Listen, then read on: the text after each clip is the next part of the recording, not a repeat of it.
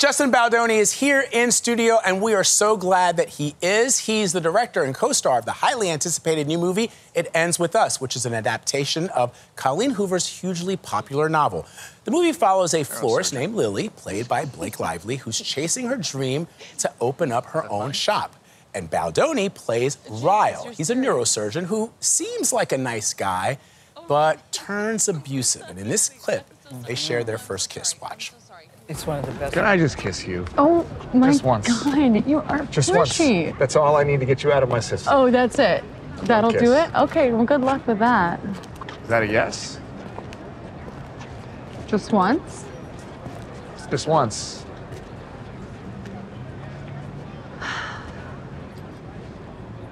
Okay.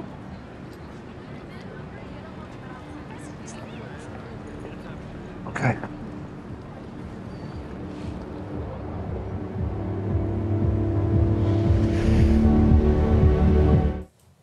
I mean... It was supposed to be just once. Now I'm thinking maybe twice. that was 10 minutes and 36 seconds into the movie. Not that I was counting. But I thought that was one of the best first kisses I've seen on a movie. Oh, boy. Justin Baldoni, you see, we've been talking to you all morning long. Good morning. Good to see you. Oh, I'm so happy to be here. You guys are such lights. We love your film. We love your work. We love what you've done with this book, which has, you know, it sold 6 million copies, Colleen Hoover's book.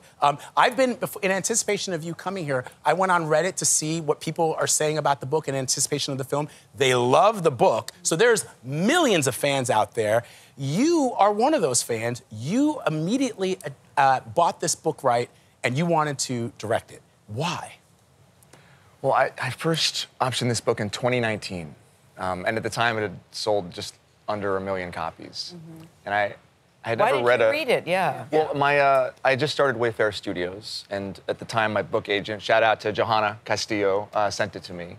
And she said, just read it, because I was looking for movies that could be commercial and speak to the human experience. And Were you reading romance novels? And I had never read a romance novel. Never? And she said, just trust me, read it. So I read it, and by the end of the book, I couldn't even read the text on the page because I was crying so much. My wife was in bed next to me, and she's, you know, I got snot coming out of my nose. And then I read the reason why Colleen wrote the movie. It was for her mother, who had a real life experience like this. You know, she was Lily Bloom.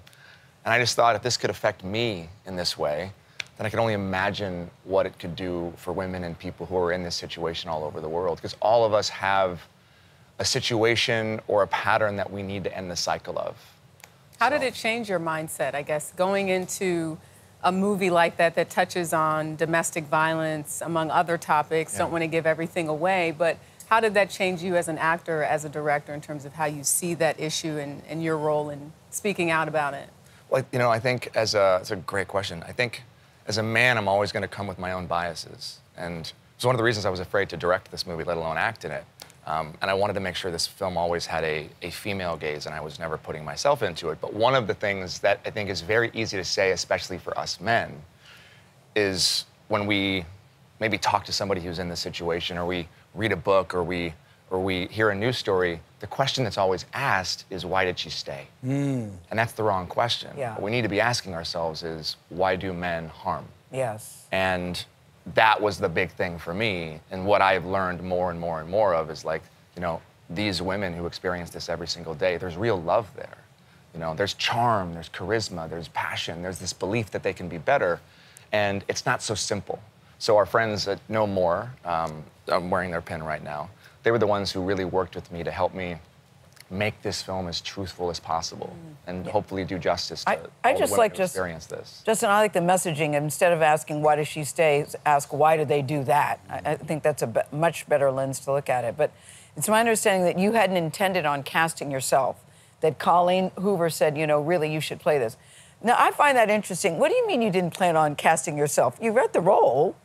Yeah, you know, I had an assistant at the time. And you still could have said, no, I'm not going to do it. Yeah, I had an assistant at the time who read the book, and she's like, you got to play Ryle. And after I read it, I think there was this part of me that wanted to. I think we all have, you know, these big dreams, or like, oh, what a role that would be, or, you know, that would be incredible. But that little voice in our head is like, no, you can't do it. You're not good enough. And that was very loud for me. And honestly, I was nervous. This is a very complex, difficult role to play. And Colleen had sent me a very short email just before we finished the option of her book, and it was very simple. It said, have you ever thought about acting in the movie? Maybe Ryle. I could see it. And I think it was her belief in me that gave me the ability to dream and have the confidence to possibly pursue it. And 2 years later, after development, is when I decided to take it on. And the premiere was last night. The premiere was last night. How was it? Oh, it was so beautiful. It's like to work on something for so long, and then to celebrate it with the people you love. Yeah, I was kind of speechless all night. Can I ask you About Jane the Virgin?